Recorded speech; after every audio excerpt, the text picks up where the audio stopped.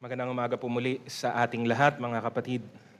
Good morning po. Good morning din po sa lahat po ng mga panauhin po. At welcome po sa The Lord's Temple Ministries. Bago po tayong magpatuloy sa pakikinig ng mensahe ng Panginoon sa oras na ito, inaanyahan ko po muna tayong lahat muli ay manalangin. Aming dakilang Diyos, nagpapasalamat kami sa biyaya ninyo, sa kaloob ninyo sa amin, sa bawat araw, lalo na Panginoon sa araw na ito, kung bakit kami naparito at may kakayahan na tumayo, makapaghandog ng aming mga awit, ng aming mga papuri, ay dahil lamang Panginoon sa inyong mga biyaya. Salamat Panginoon dahil kayong nagkakaloob ng buhay, ng kalakasan, at ng katatagan sa bawat isa sa amin. Nawa ay natanggap ninyo, Panginoon, at naging karapat-dapat sa inyong harapan ang lahat ng aming mga inihandog sa umagang ito. At ngayon naman ay kami naman ang inyong pagpalain sa pamamagitan ng kapahayagan ng inyong mga salita. Patuloy na mangusap ito sa aming mga puso at matutunan namin ang mahalagang bagay dapat naming gawin, dapat naming ipamuhay bilang mga mananampalataya na kumikilala sa aming Diyos. Patuloy na alisin nyo ang anumang mga sagabal sa aming kapaligiran, lalo na Panginoon kahit sa aming mga sariling kalooban, at patuloy na makapag-focus kami sa inyo lamang sa oras na ito at maibigay namin ang nararapat na mga bagay, Panginoon, sa inyo lamang. Lahat ng kapurihan, lahat ng kalwalatian, lahat ng kadakilaan ay tanging sa inyo lamang. Ito ang aming dalangin sa pangalan ng aming Panginoong Hesus. Amen. Purihin po natin ang Panginoon.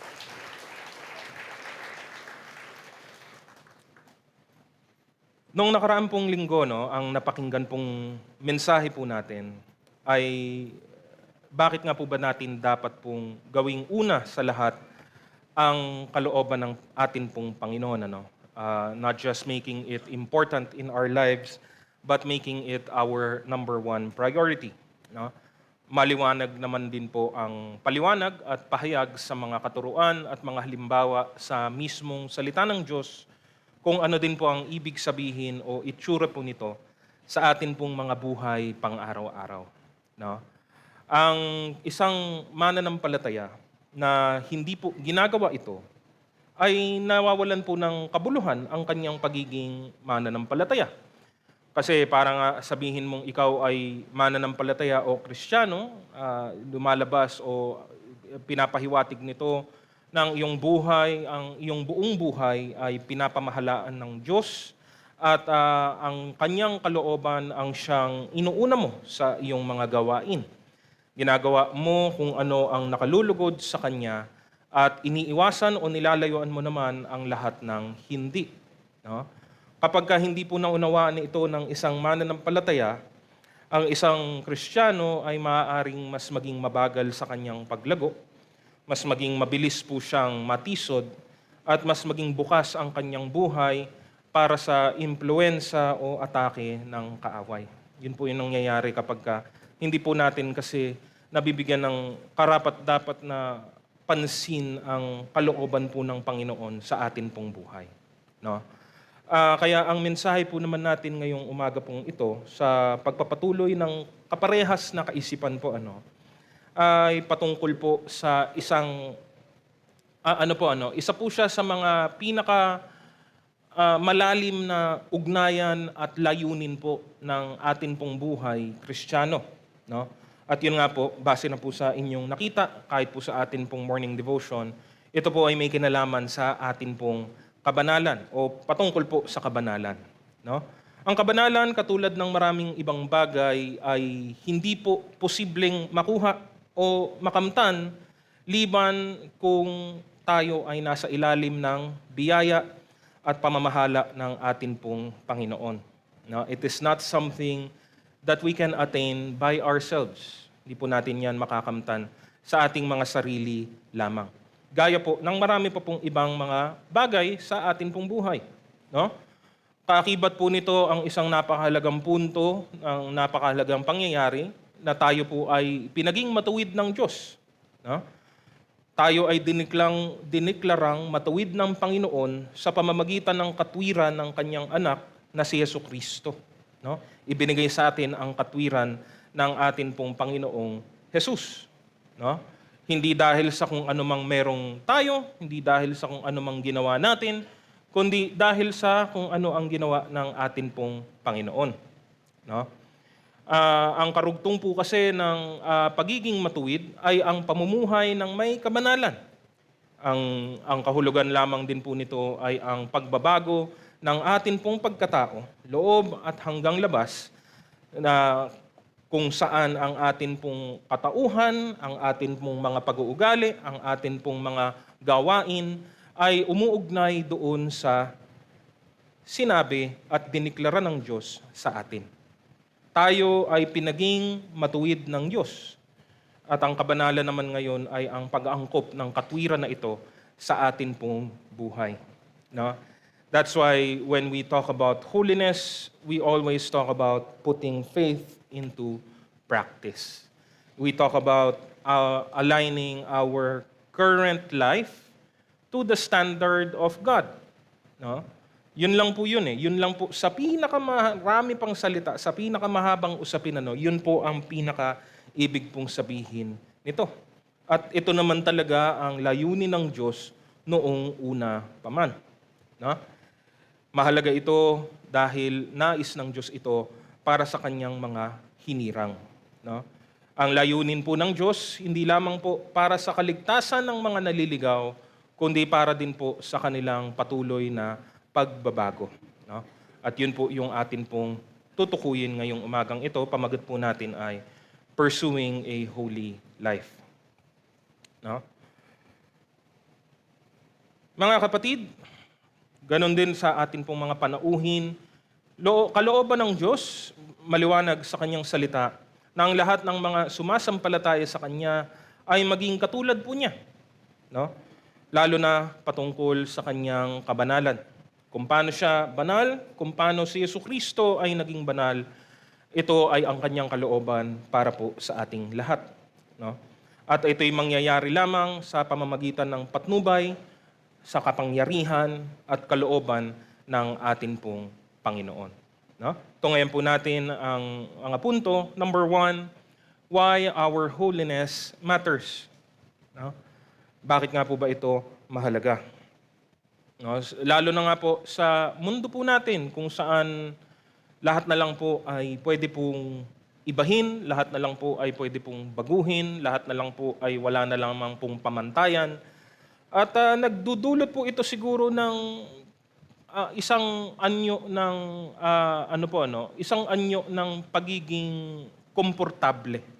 Ang sarap nga naman at sino bang hindi po gustong mamuhay ng ganong paraan?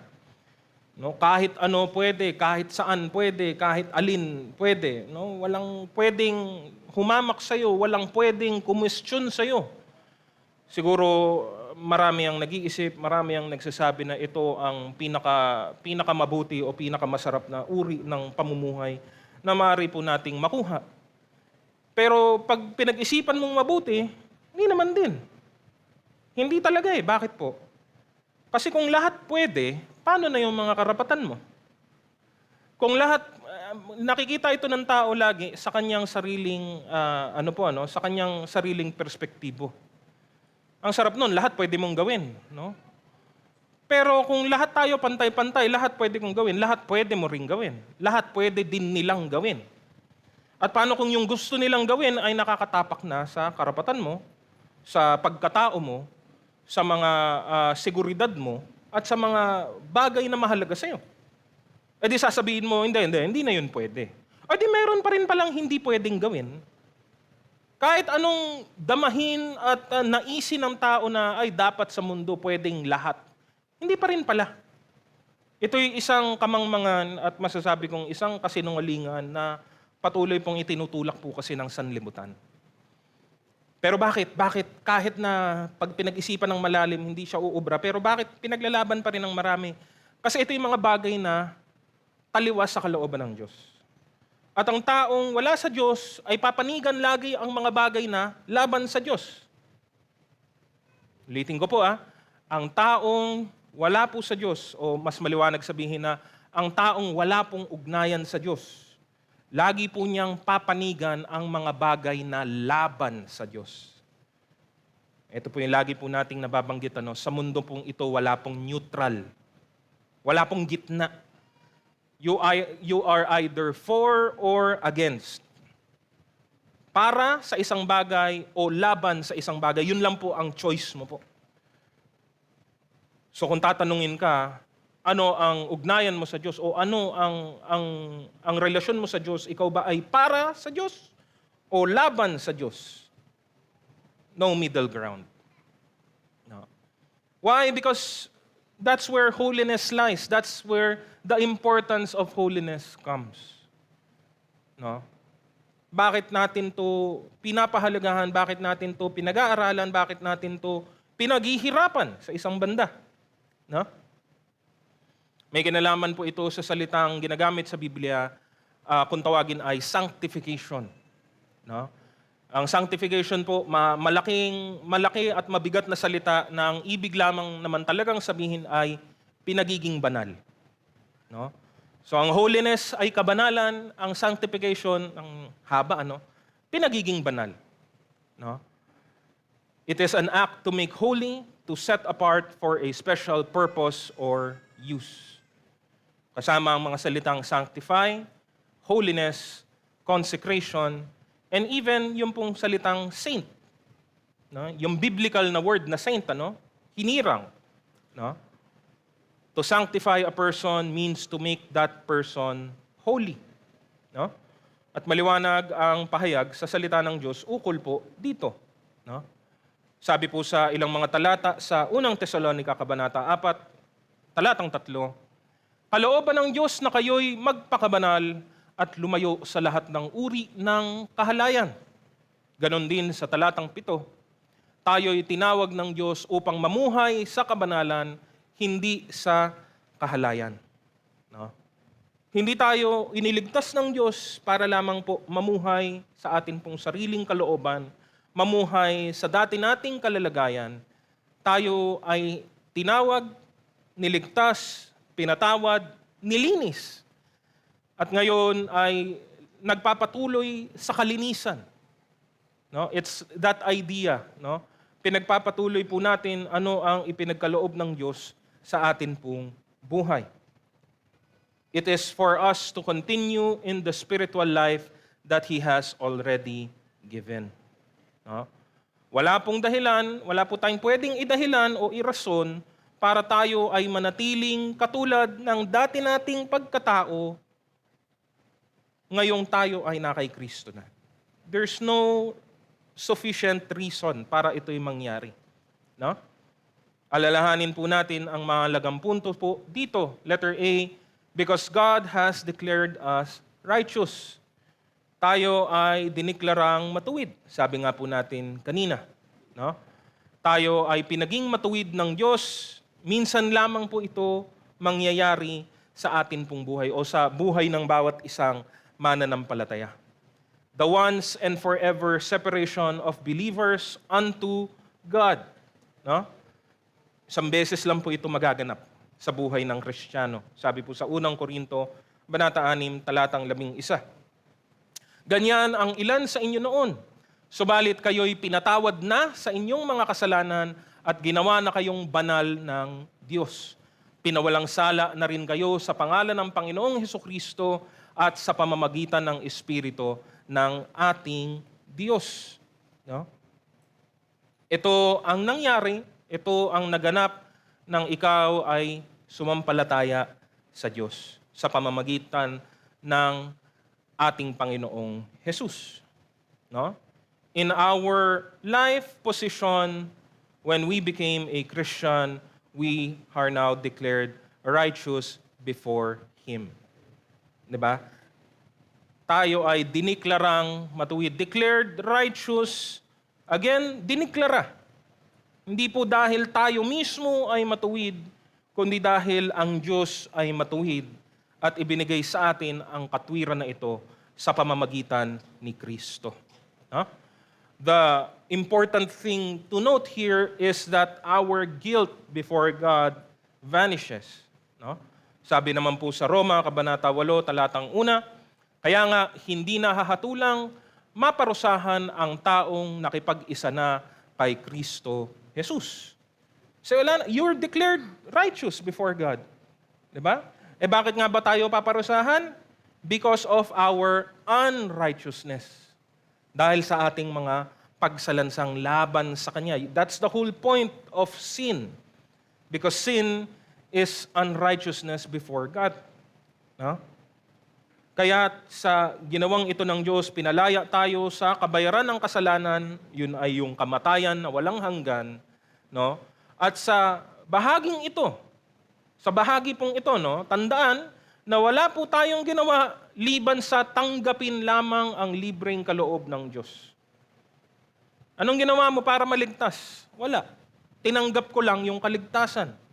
Ano ba, pinaghirapan mo, pinagsikapan mo, pinagtrabahuhan mo, pinag-ipunan mo? Wala.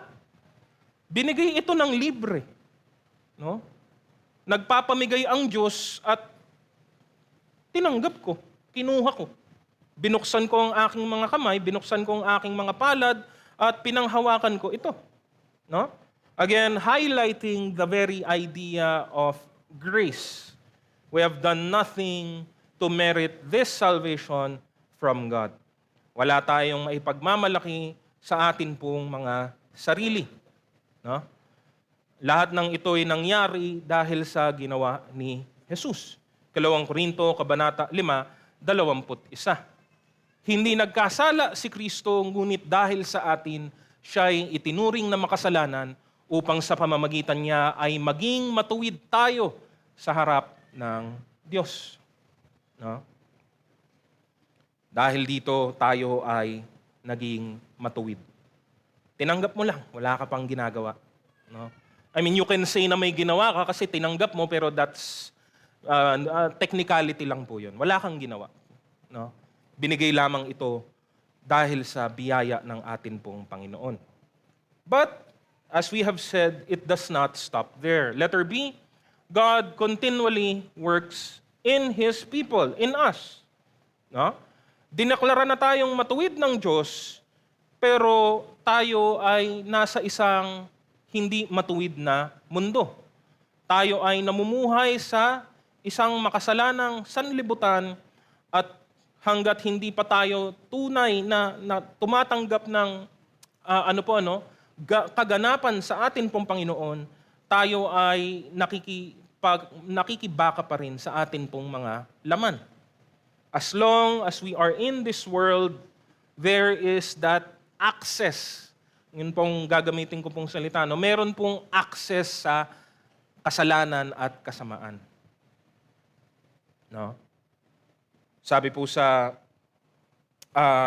unang Juan Kabanata 1, talatang 10, no? Paalala ni Apostol Juan, kung sinasabi nating hindi tayo nagkakasala, ginagawa nating sinungaling ang Diyos at wala sa atin ang kanyang salita. No? This is a real danger. 'Di ba? Kaya tayo nag-iingat, kaya tayo nagbabantay, kaya tayo nandito ngayong umaga. Kung saan siguro mas maraming mga tao ay mas gustong matulog at magpahinga. No, ang sarap 6:30 biglang umulan. Dapat nasa higaan pa ako noon eh. Pero bakit? Bakit tayo nandito? Because we know the danger of this life. We know of the pitfalls and the traps that will lead us to, if not death, kung hindi man po kamatayan, ay isang buhay na wala pong kasiyahan. No? Minsan kinakatakutan lang ng Kristiyano yung physical na kamatayan. Hindi po. Mas katakutan mo yung buhay ka, pero wala ka pong bunga. Mas nakakatakot po yung buhay ka, pero wala ka pong joy. Wala ka pong peace. No? Wala ka pong rest. Yun mas nakakatakot. No? Dahil dito sa totoo at buhay na panganib na ito, no? Na paulit-ulit naman pong pinahayag ng salita ng Diyos, paulit-ulit pong pinaalala mismo, tinuro ng atin pong Panginoong Hesus nung nandito pa po siya sa lupa, no? kailangan pong magpatuloy ang layunin ng Panginoon sa atin pong buhay. Bagamat tayo ay nandito sa lupa, tayo ay may kalayaan na kay Kristo Jesus. Hindi na po tayo alipin ng kasalanan, hindi na po tayo alipin ng atin pong laman. Naranasan na po natin kung ano ang pakiramdam ng mahiwalay sa mga bagay na ito at maisama sa pamilya ng atin pong Panginoon. Nangyayari ito patuloy sa atin pong buhay sa pamamagitan ng atin pong pagsunod sa Kanyang kalooban. No? Paano natin makakamtan ng mga bagay na ito? Gawin mo yung mga sinasabi ng Diyos. Gawin mo yung Kanyang utos. Gawin mo yung Kanyang kalooban. Walang pinagkaiba ito sa sinasabi po ng salita, ukol sa atin pong patuloy na palaguan. Gaya po ng nakasulat sa 2 Pedro, Kabanata 3, 18. Magpatuloy kayong lumago sa kagandahang loob at sa pagkakilala sa ating Panginoon at tagapagligtas na si Jesucristo, sa Kanyang kalwalatian ngayon at magpakailanman. Amen. Ito ay nagpapatuloy dahil ito ay proseso. Yung letter A, ang pagiging matuwid natin, tapos na po yun. O di kaya mas mabuting sabihin na minsan lang mangyayari po yun. Isang beses lang yun mangyayari sa bawat individual na mananampalataya. Pero itong letter B, ito'y nagsimula nang ikaw ay maligtas, hanggang kailan po ito? Hanggat nandito ka. Hanggat ikaw ay gising, hanggat ikaw ay buhay, hanggat ikaw ay may hininga, ito ay nagpapatuloy. Yun po. At yun po yung majority ng buhay po natin ngayon, yung kasalukuyan. Yung ngayon at habang tayo ay nakatingin sa hinaharap. No? Ito ay ang ating buhay na patuloy na isinusuko sa Diyos, patuloy na ipinapasailalim sa kalooban ng Panginoon para maangkop ang atin pong buhay, ang atin pong isip, ang atin pong gawain sa kung ano ang katwiran ng Panginoon na ipinagkaloob sa atin. Ang pinakamatinding punto po dito ay ang atin pong accountability, ang atin pong pananagutan. Kasi dito, meron na po itong bahagi bilang ating pong responsibilidad. No? Ang totoo, ang Diyos pa rin po ang nagbibigay ng kakayahan dahil sa Kanya pong walang hanggang kapangyarihan. Gaya po ng nasusulat sa 2 Tesalonica, Kabanata 2:13. Mga kapatid, lagi kaming nagpapasalamat sa Diyos dahil sa inyo na mga minamahal ng Panginoon. At nararapat lang kaming magpasalamat dahil nung una pa man ay pinili na kayong maligtas ng Diyos sa pamamagitan ng Espiritong nagpapabanal sa inyo at sa pamamagitan ng pananampalataya nyo sa katotohanan. Pansinin po natin ang huling bahagi, Pinili kayong maligtas ng Diyos sa pamamagitan ng Espiritong nagpapabanal. Hindi natin kayang pabanalin lamang ang atin pong sarili, Ito ay gawain po ng banal na Espiritu pa rin. It is still at its source from God. Galing pa rin po ito sa atin pong Diyos. Ngunit, pinapahiwatig din po na sa maraming pagkakataon, ito din ay ang ating pagtugon sa Espiritu. Kasi yun po yung isa sa mga katangian o atin pong relasyon sa banal na Espiritu. The Holy Spirit moves in our lives, moves in our midst, convicts us of our sin, leads us to the paths we must take. Gagawin po niya yun lahat. Ang tanong, nagpapasakop ka ba? Ang tanong ay, sinusunod mo ba ang kanyang leading? Kasi base na nga po mismo sa salita ng Diyos, pwedeng ang sagot po dito ay oo at hindi. That's why we can grieve the Spirit. So, sa Diyos pa rin po ang source po nito, pero meron ka pong gawain na pong at bahagi na po dito. Sabi po sa 2 Korinto, Kabanata 7, talatang 1, Mga minamahal, sapagkat ipinangako sa atin ang mga bagay na ito, alisin natin sa ating sarili ang lahat ng nakapagpaparumi sa ating katawan at sa ating espiritu. Sikapin nating mamuhay ng may ganap na kabanalan at paggalang sa Diyos. So see that here, the command, the exhortation is in the active voice. No? Gawin. Gawin natin. Nung tayo ay pinaging banal ng Diyos, ang Diyos ang gumawa nun. Pero dito, mapapansin po natin, meron pong alisin natin ang mga nagpaparumi sa atin, at nandun po yung, paborito ko pong salita, sikapin. Sikapin nating mamuhay ng may ganap na kabanalan at paggalang sa Diyos. Only means one thing, it is our responsibility now. No? Bahagi na ito ng atin pong gawain. Pagandahan po nito, letter C, is that God, who is the author, will also finish every good work that He began in us. No? Siya po ang tatapos din po nito. Siya po ang dahilan kung bakit tayo magtatagumpay sa huli.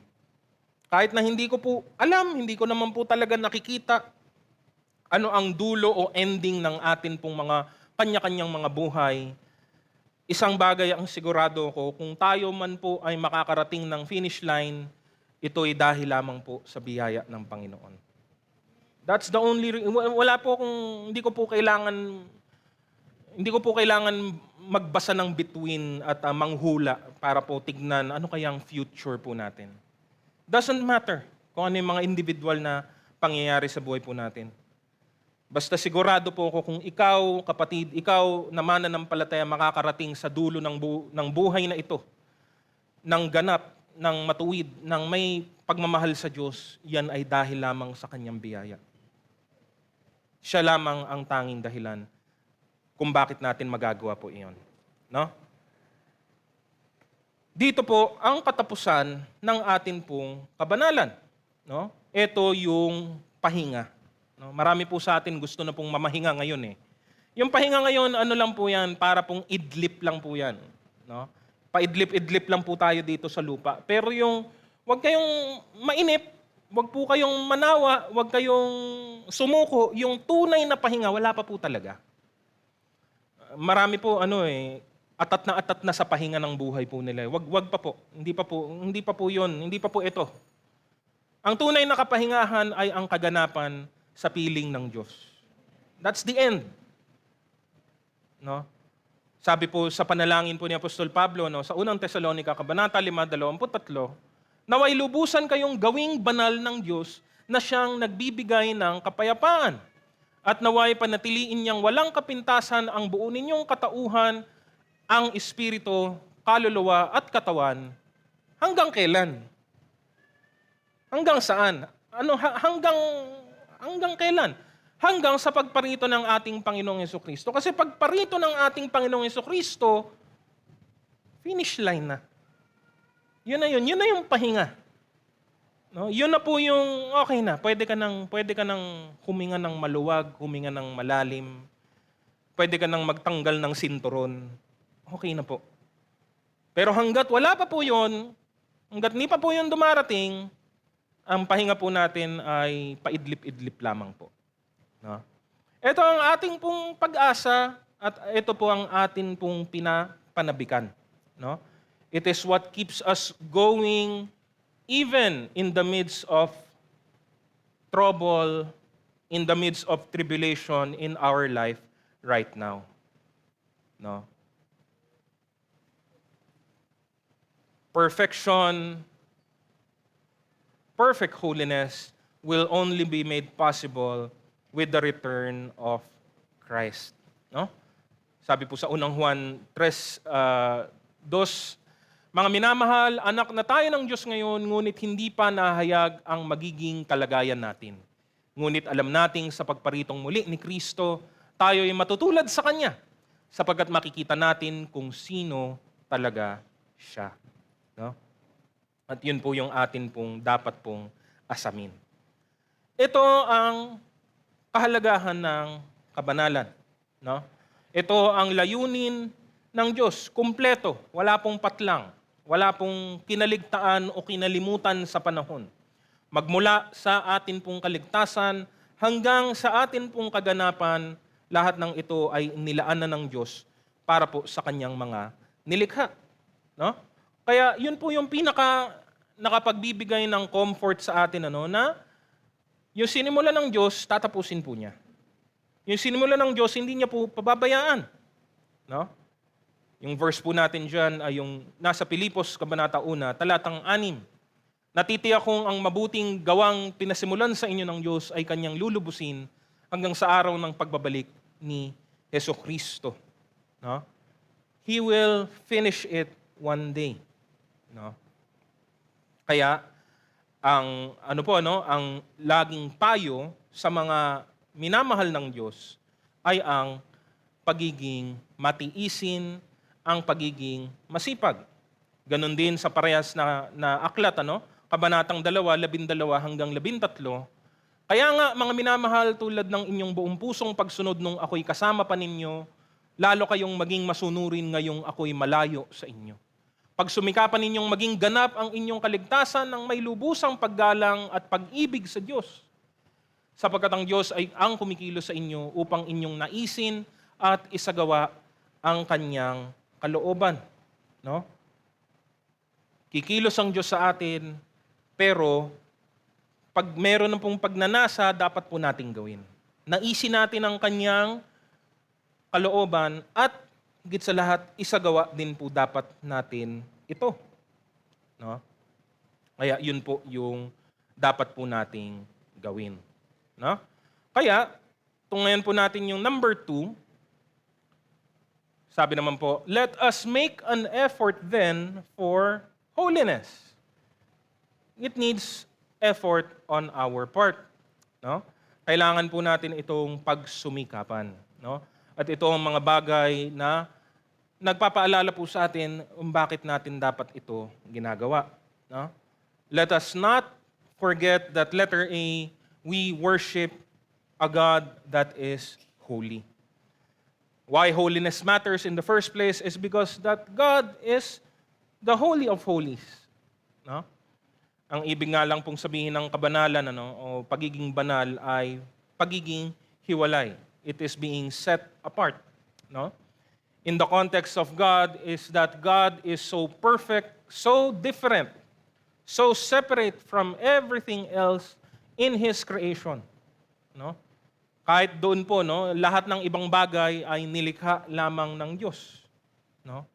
Liban sa Diyos, siya lang ang bukod tanging naiiba sa lahat. No? This is the God whom we worship. This is the God of all creation.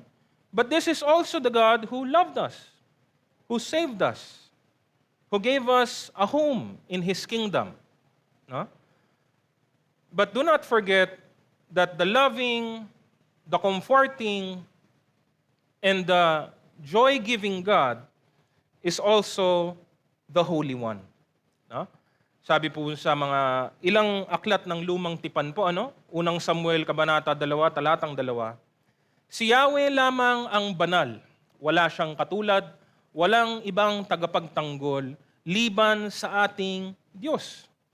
Sabi naman po sa Isaiah 6:3, sinasabi nila sa isa't isa ang ganito, banal, banal, banal si Yahweh na makapangyarihan sa lahat. Ang buong daigdig ay puspos ng kanyang kalwalhatian. No? God in Himself is absolutely and completely perfect, unlike any other, totally separate from everything else in essence, in power, and in being. He is morally perfect. In Him, there is no sin to be found. No? There is no one like our Lord. Sabi po sa awit 113, 5-6, walang katulad ang Panginoon na ating Diyos na nakaupo sa kanyang trono sa itaas. Yumuyuko siya upang tingnan ang kalangitan at ang sanlibutan. No? Ganon pong kalawak at kadakila ang atin pong Panginoon. Pero siya din ang Diyos na siyang umabot sa atin. Sabi po sa awit 8, talatang 4, ano ba ang tao upang inyong pahalagahan o ang anak ng tao upang inyong pangalagaan? No? Pahalagahan at pangalagaan. No? Pinapahiwatig dito ang Diyos natin na pinakadakila sa lahat, ang siya ding Diyos na lumikha sa atin, at higit pa doon, nilikha tayong mga tao sa kanyang wangis. No? Ginawa tayo ng Diyos para sa kanyang mabuting layunin, ngunit nasira ang lahat dahil po sa kasalanan. No? Siya na Diyos na banal, hindi po kayang makisalimuha sa mga taong makasalanan, gumawa ng paraan para tayo po ay makapanumbalik sa kanyang presensya. God, who is forever holy, gave His only Son as a sacrifice for us. No? So that we may have access to God, that we may become holy like He is. No? Kaya ang tanong lang po, anong sagot mo dun? Anong masasabi mo dun? Sa ginawang itong kabutihan at kadakilaan ng atin pong Panginoon. Well, para po kay Apostol Pablo, ito ang kanyang sagot. Sa Aklat ng Roma, Kabanata 6:13. Huwag na ninyong ipailalim sa kapangyarihan ng kasalanan ang alinmang bahagi ng inyong katawan bilang kasangkapan sa paggawa ng kasamaan. Sa halip, pasakop kayo sa Diyos bilang mga taong namatay na at muling binuhay at ihandog ninyo sa Kanya ang inyong katawan bilang kasangkapan sa kabutihan. No? It's the only response. It's the only reasonable thing we could do. Ito lang pwede kong gawin di ba? Para kang binigyan ng regalo Ano bang pwede mong gawin? Pasalamatan ang nagbigay. Bigyan ng karampatang pagpapahalaga yung binigay na regalo. Pangalagaan po ito. At ganon din po yung konteksto sa atin pong buhay Kristiyano. What we can do is to give thanks to God and to give all importance to this life that He has given us. Pahalagahan natin yung pagkakataon na ito na binigay sa atin sa pamamagitan ni Kristo. No? Kaya nga, yun po yung letter B. No? Ito ang bunga ng ating pakikipag-isa kay Kristo. Hindi ito sapilitan. No? Isa po yan sa mga bagay na lagi po nating nililinaw sa maraming aspeto at maraming bahagi ng atin pong pananampalataya. No? Kasi sa sanlibutan, yun na po yung yun na nga po yung kalugihan ng mensahe ng Diyos sa sanlibutan. Kasi sa sanlibutan, ang pagkakaintindi o pagkakatanggap ng mga tao sa anumang sinasabi ng kasulatan o ng salita ng Diyos ay sapilitan na lang lahat No, sapilitan. Wala naman akong choice kundi gawin ang mga bagay na ito The only reason you would think that way, kung bakit ka ganun mag-isip, kasi ibig lang sabihin, hindi mo kasi talaga naiintindihan yung ugnayan ninyo. No? 'Di ba? Kasi pwede ko naman pong sabihin, gamitin po natin ang isa sa mga pinaka-obvious or common na social structure sa lupa, sa buhay natin sa mundo. Pwede nating tignan ang pamilya bilang isang relasyon ng obligasyon. Bakit? Kasi meron naman po talagang mga obligasyon. Ang asawang lalaki, meron pong obligasyon sa kanyang asawang babae. Ang asawang babae, ganun din, may obligasyon sa kanyang asawang lalaki. Kahit po sa sanlibutan, ganito po. Kahit ilabas natin sa salita ng Diyos, yan po ang totoo. Pag sila'y nagkaanak, ang mga magulang meron pong obligasyon sa kanilang anak, at ang anak meron din pong obligasyon sa kanyang mga magulang. At kung matutupad ng bawat isa ang kanyang obligasyon, masasabi nating maayos yung pamilya. Pero anong kwenta ng pamilya mo kung ganun mo sinusukat ang lahat ng bagay? O ayan natupad ko na yung parte ko hintayin ko yung sayo 'Di ba? tuwing papasok yung anak, o ayan ka na mag-ingay, kang magreklamo, wala akong pananagutan na sa'yo, binigay ko ng lahat ng kailangan mo. Nakakapagod po yun. Napakaulang kwenta po nun. I mean, you could do that, and yes, again, we understand that everything has obligations, but we don't look at it that way. We don't live like that. Hindi po tayo ganun mamuhay. In the first place, bakit ka nag-asawa? Kasi mahal na mahal mo yung tao. Sobrang pagmamahal mo na sinabi mo sa sarili mo at sinabi mo sa mundo, sinabi mo pati sa harapan ng Diyos na ito ang taong ito na gusto kong makasama panghabang panahon.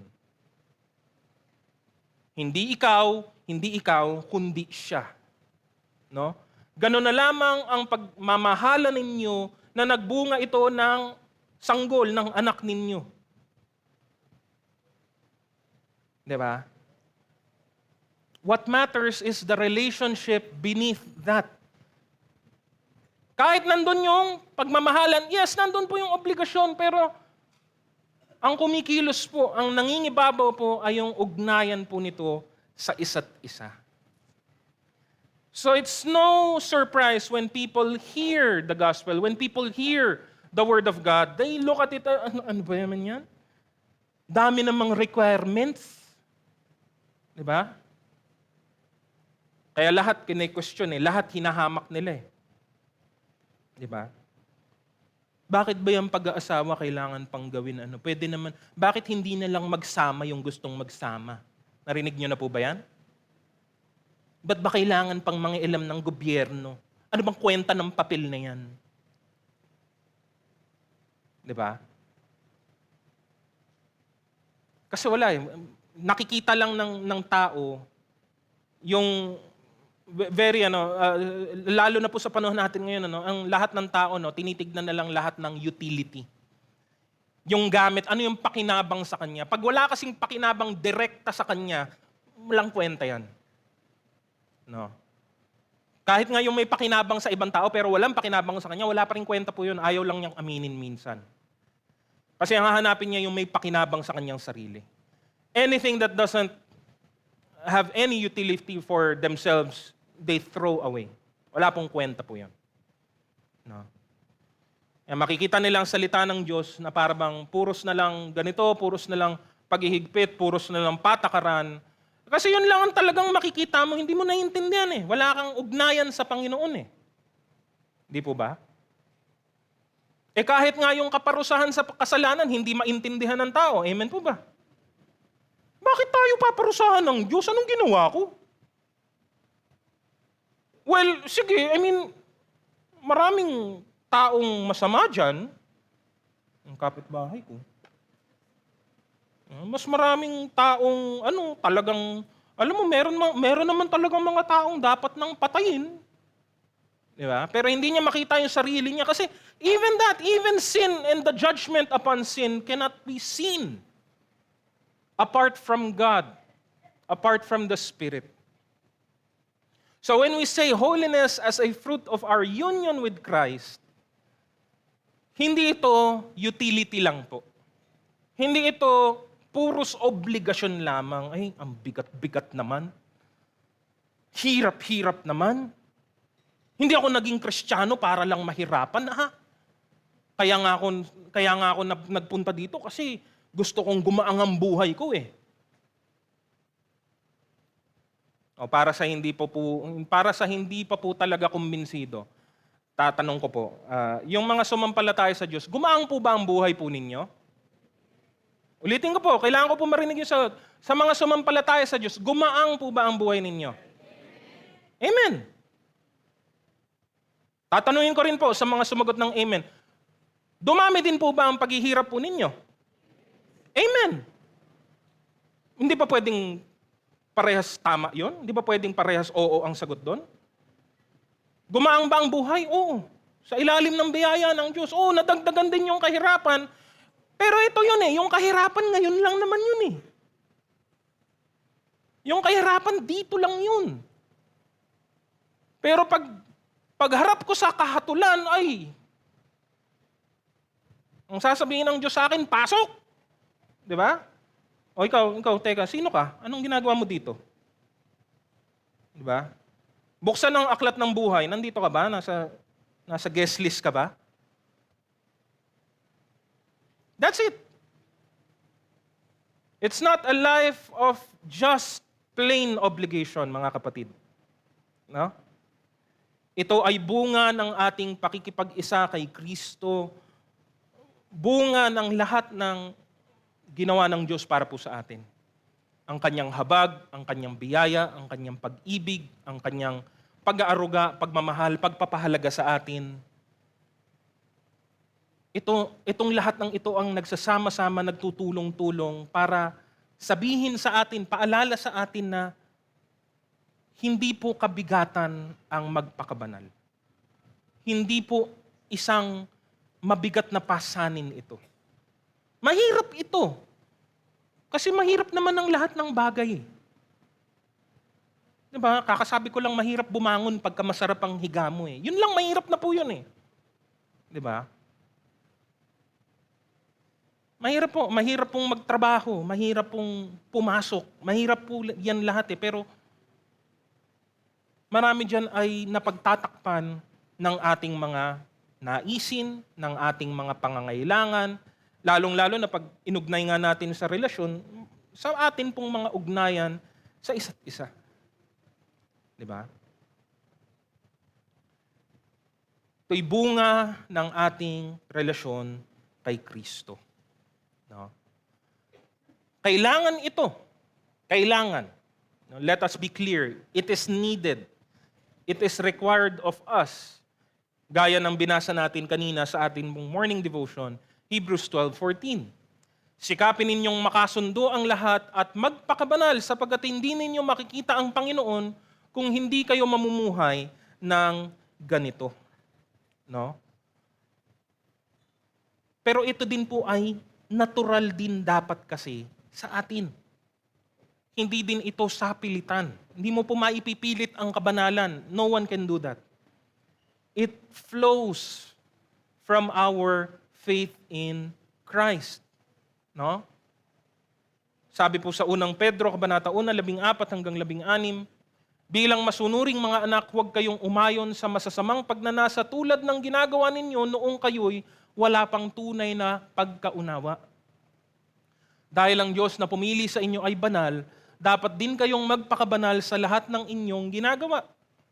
Sapagkat nasusulat, magpakabanal kayo, sapagkat ako'y banal. No?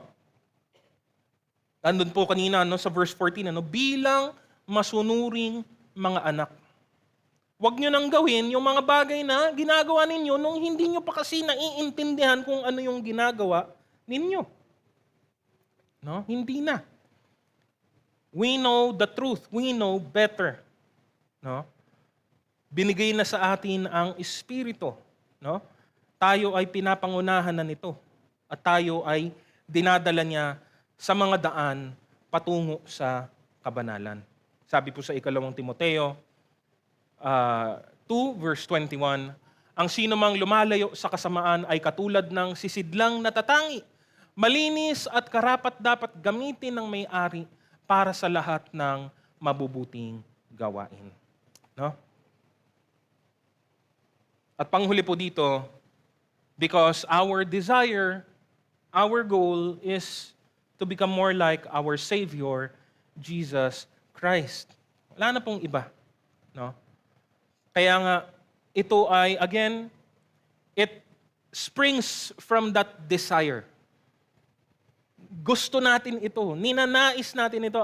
Dapat ganun po ang nararamdaman po natin. Hindi siya pilit, hindi siya pinipilit, hindi siya kabigatan kasi bukal ito sa atin pong kalooban. Gusto kong maging ganito. Gusto ko. I want to become like this. I want to become like Him, to become like my Savior. No? Sabi po sa Ephesians 4 verse 15, sa halip sa pamamagitan ng pagsasalita ng katotohanan sa diwa ng pag-ibig, tayo'y dapat maging lubos na katulad ni Kristo na siyang ulo nating lahat. No? Ang kalaguan at ang kabanalan, madalas po, hindi lamang po sila magkabalikat kung tutuusin, iisang bagay lang po sila. Kasi yung kalaguang spiritual kabanalan po yun din po yun. It's the same thing. No? Kalaguan is the what and the holiness is the how. No? Tayo ay lumago. Paano? Sa paraan ng kabanalan. It's the same thing technically po. Iisang bagay po ang tinutukoy po dito. No? Kaya tayo lumalago para tayo ay maging katulad niya. Kasi ang Diyos natin nga ay ang pinakabanal sa lahat. No? Kaya naman natin tinutularan ang atin pong Panginoon because as a people, we know for a fact, alam na po natin ito, no, na tayo po ay madali pong natututo sa halimbawa ng iba. It's just how we are. It's how God has designed us to be. No? We learn by imitating others. Ganun po talaga ever since, no? Kaya nga, 'di ba, ano yung lagi kami po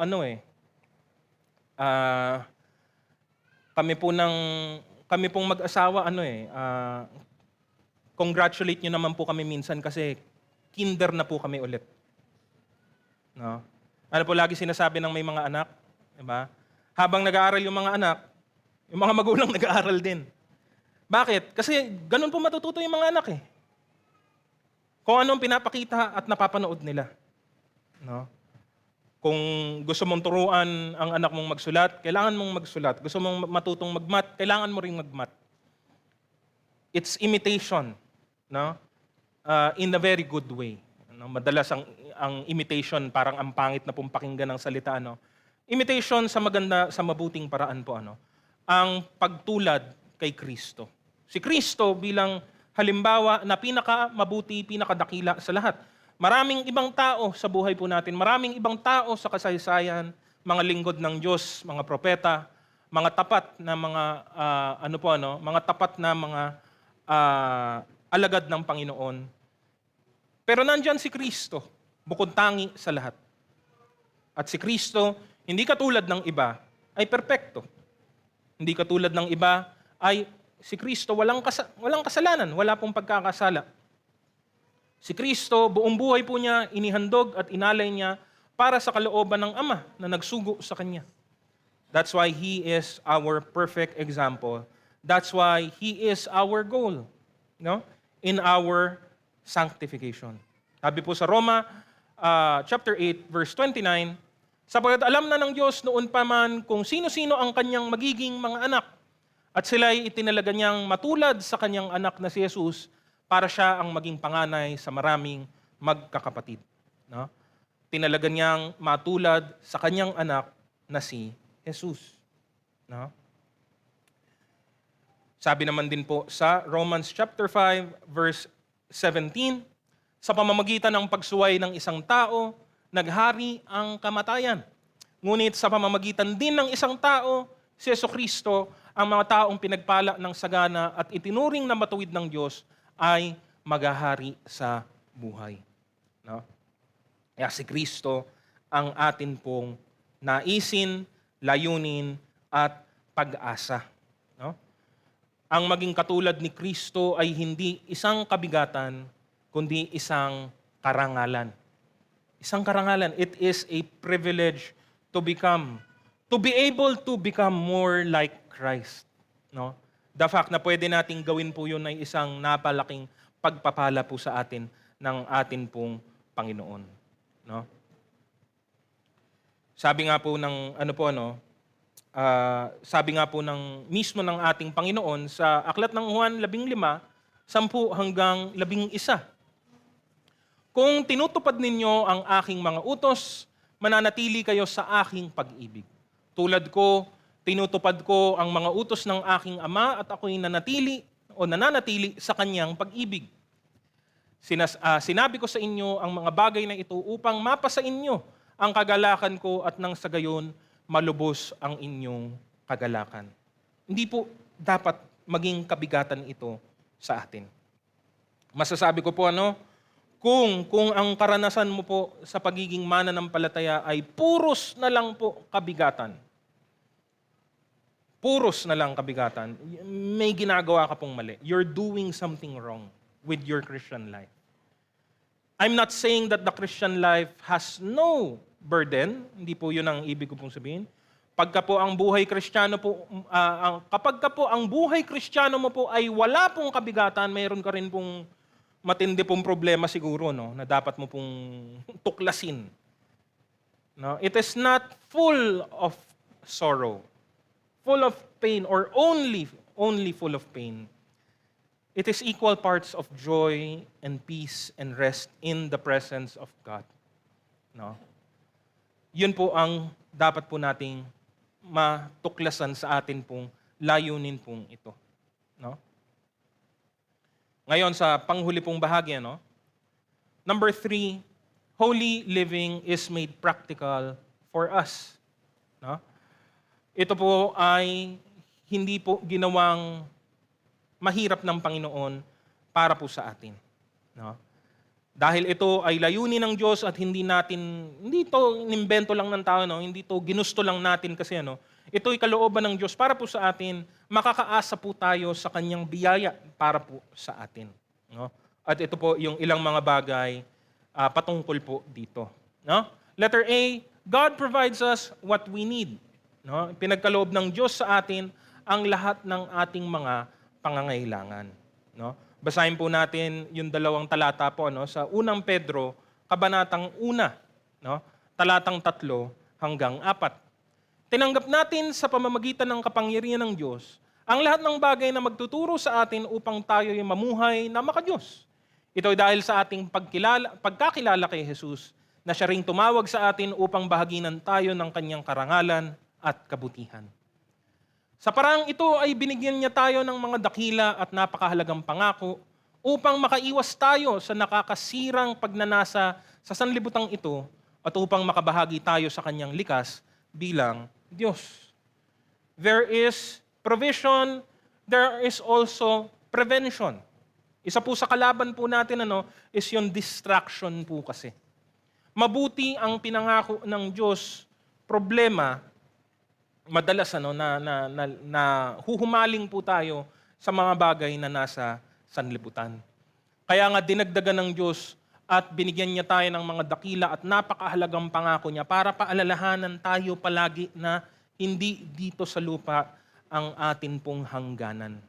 No? Well, ang buhay na panlupa, hanggang lupa lang naman po talaga yan. Pero that's the point in itself. Ang buhay ay higit dito sa lupang ating nakikita at ang atin pong pag-asa ay nasa biyaya ng atin pong Panginoon. Pinagkaloob niya sa atin ang lahat ng ating pangangailangan. No? Lahat ng atin kailangan para po maturuan, para tayo ay makapamuhay na nakalulugod sa atin pong Diyos. So, anong dapat po natin gawin? Una, kailangan natin yun matutuhan. Di naman po yan literal na matututunan mo po nang wala ka pong ginagawa.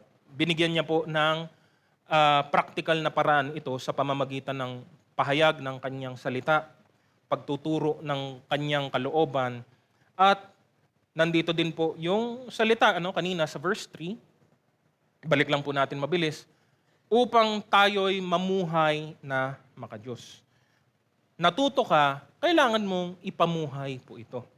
Doon po nagkakaroon din po ng disconnect sa marami pong buhay ng mga tao. Marami pong tao, madali pong matuto. I mean, they can learn, they can comprehend, maiintindihan po nila yung aral. Ang problema po pagka ito'y isinabuhay na po, or better to say na pagka ito po ay hindi po na isa sa buhay, doon po nagiging problema. No? Kasi doon nangyayari po yung idea na bakit ganoon, parang wala namang nagbabago sa buhay ko. Na bakit ganon? Ang tagal ko ng Christian, bakit ganito pa rin ako? Ibig pong sabihin, meron pong kakulangan. Somewhere along the way, you have to find out, you have to discover where you went wrong. Kailangan mong tuklasin saan ka nagkamali. No? Ganado ka bang mamuhay pero hindi mo alam ang iyong gagawin? Well, kailangan mong matutunan ano yung katuruan, kalooban ng Diyos. Alam mo na ba yung katuruan at kalooban ng Diyos? Ginagawa mo ba? Ginagawa mo. Okay, mabuti. Ginagawa mo ba consistently? O baka naman minsan-minsan lang. Baka naman pag ginanahan ka lang. Baka naman pag nasa mood ka lang. Problema din po yon, no? Mamuhay ng maka-Diyos period, ano? Wala pong ano. Mamuhay ng maka-Diyos minsan, mamuhay ng maka-Diyos pag gusto mo. O mamuhay ng maka-Diyos period. It's consistent po dapat din ang pahiwatig na ang ibig sabihin po ng mga salitang pinapahiwatig po, ano?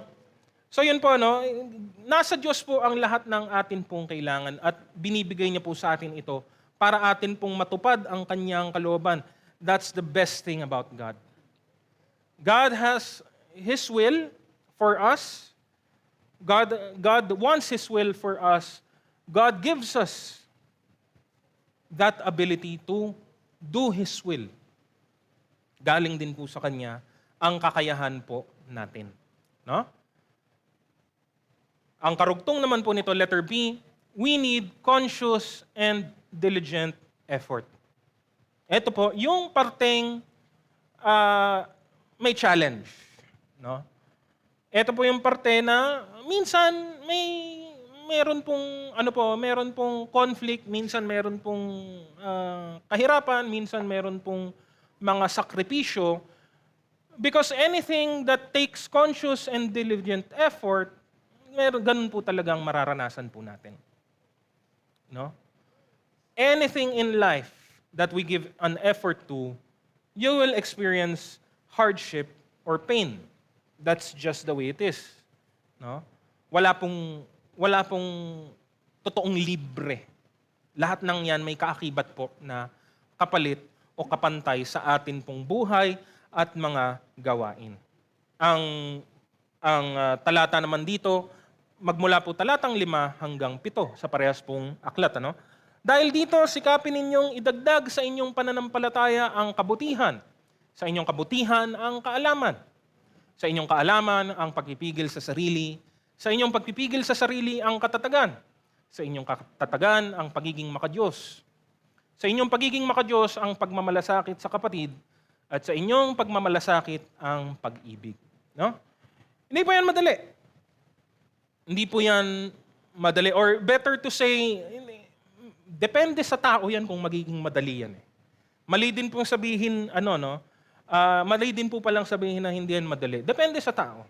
Depende po talaga sa atin pong katayuan, sa atin pong antas ng kalaguan. Depende po yan, ano? Depende po yan sa atin pong mga kahinaan. No? Ikaw po ay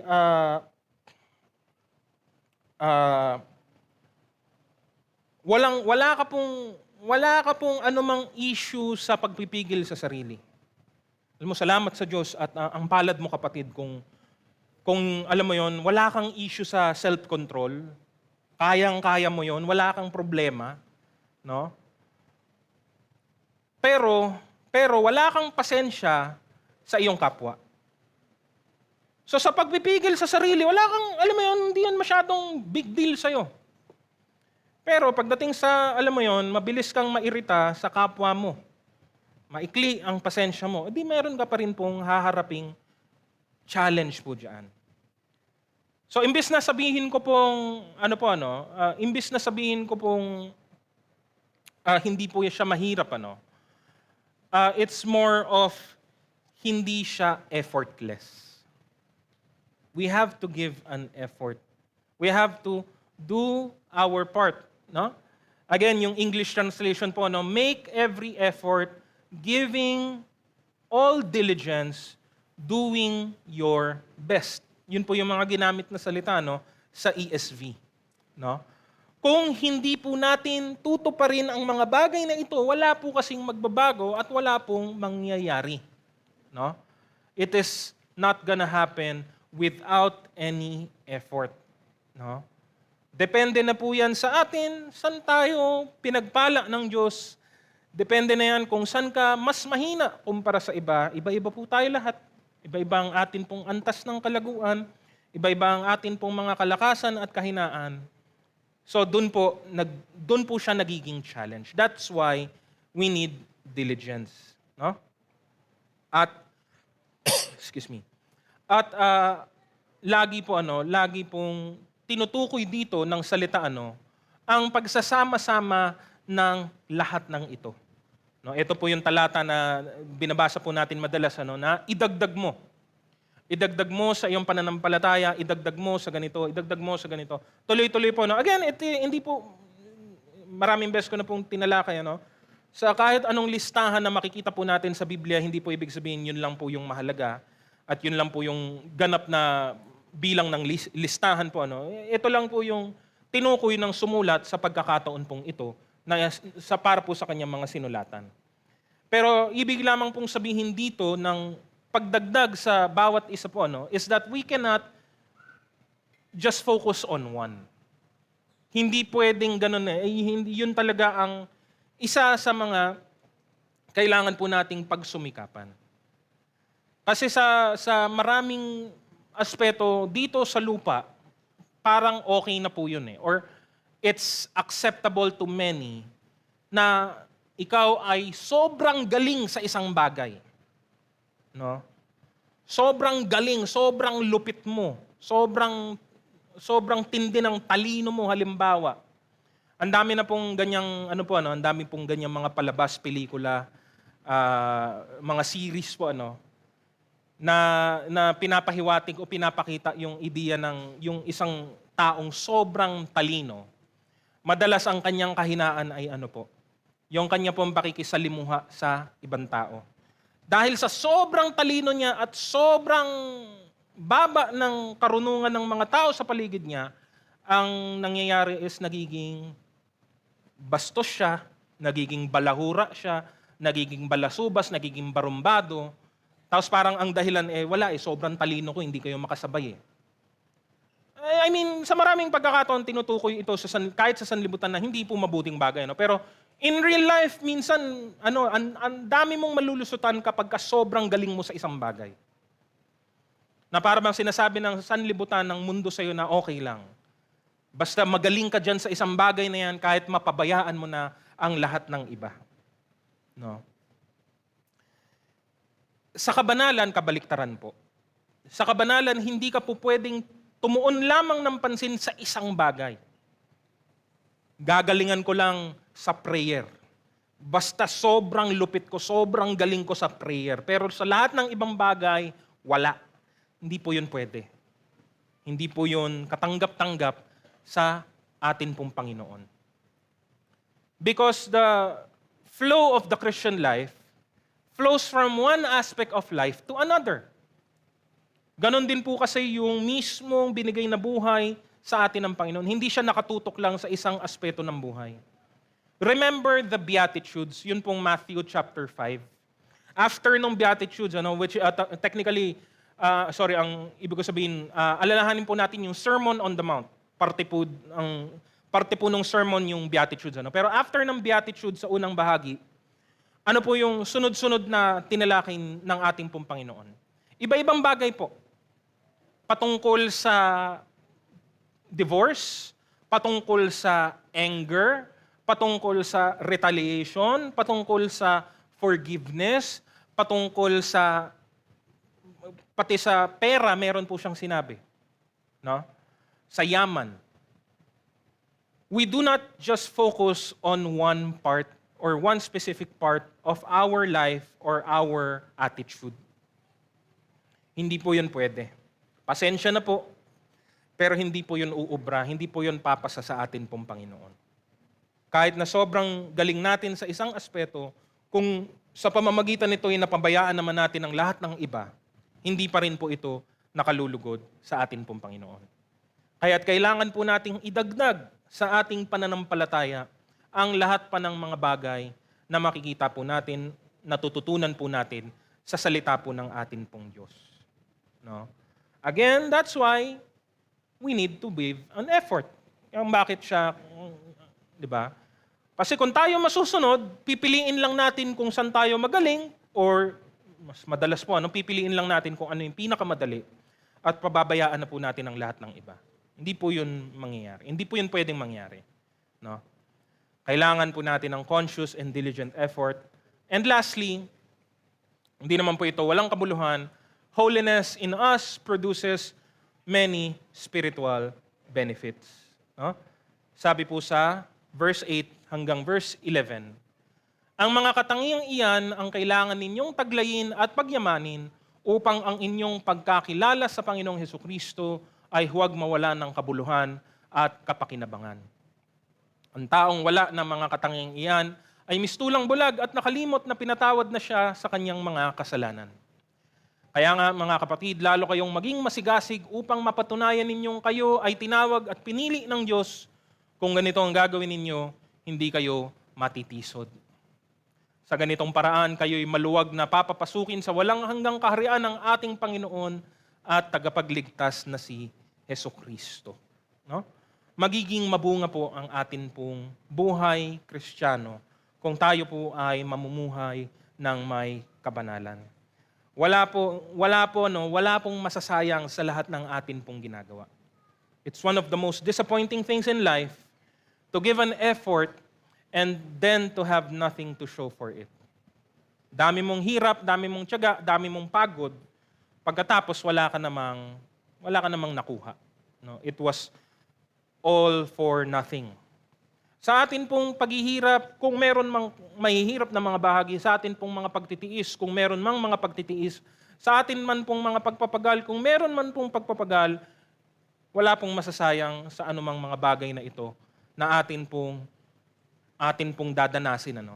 Dahil lahat ng ito ay magbubunga sa atin pong buhay kasama kapiling ang atin pong Panginoon. No? Higit sa lahat, ang pag-asa po natin ay nabubuhayan at napagtitibay dahil po sa atin pong pinapahiwatig na pamumuhay sa kasalukuyan. No? Nagiging buhay din po itong patotoo.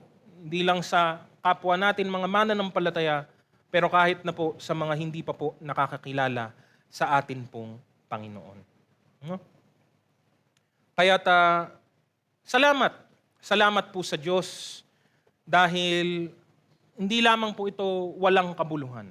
No? Hindi lamang to requirement para lang sabihin ng Diyos na meron siyang requirement. Hindi po. Meron pong benefits ito para sa atin, para sa buhay na ito, higit sa lahat para po sa buhay sa atin pong hinaharap.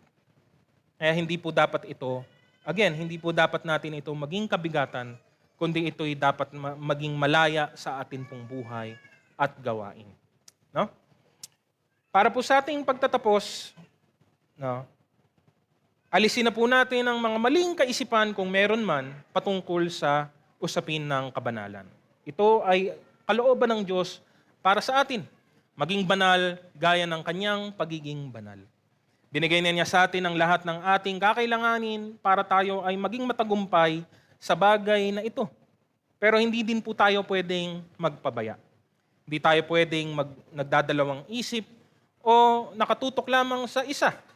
Kailangan nating tignang mabuti ang kalooban ng Diyos at ipamuhay ito sa lahat ng aspeto ng atin pong buhay. Alalahanin natin ang ugat ng lahat ng ito. Ang pagmamahal ng Diyos sa atin at ang atin pong pagtugon sa pag-ibig na ito na ipinakita po niya. Mahal natin siya dahil mahal po na tayo. No? Ang kabanalan po ay isang paraan ng pagpapakita ng ating pagmamahal sa Kanya. No? Kaya ang tanging tanong na lang, anong pumipigil sa atin? Diba? Anong humahadlang na tayo ay makapamuhay ng kalugod-lugod sa atin pong Panginoon? Kailangan nating tuklasin, kailangan nating tignan mabuti, at nawa, sabay-sabay po tayo, no? Sama-sama po tayong mamuhay ng may kabanalan para po sa ating Panginoon. Sa Diyos po ang lahat ng papuri sa umaga pong ito.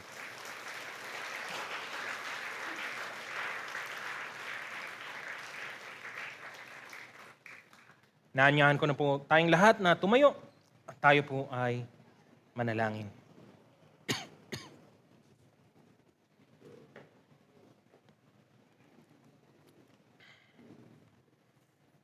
Aming dakilang Diyos, nagpapasalamat kami sa inyo sa umagang ito. Kami patuloy na ginagabayan ng inyong kalooban, ng inyong mga salita para aming maisagawa ang inyong naisin at layunin para po sa aming mga buhay. Patuloy, Panginoong Diyos, na tumimo sa aming mga puso ang lahat ng mga napakinggan naming katotohanan, mensahe ngayong umaga. Huwag itong manatili lamang sa aming pandinig, kundi talagang maunawaan ito hanggang sa pinakamalalim na dako ng amin pong kalooban. Huwag namin itong ituring na isang kabigatan o pasanin lamang. Hindi man ito laging madali, Panginoon, ito po ang pinakamabuti at pinakaganap na kalooban ninyo para sa aming mga tinatawag ninyong mga anak. Patuloy na gawin namin ito ng may maluwag na puso, ng may kagalakan sa aming mga kalooban, dahil ito ang inyong layunin at ito ang nakalulugod sa inyo.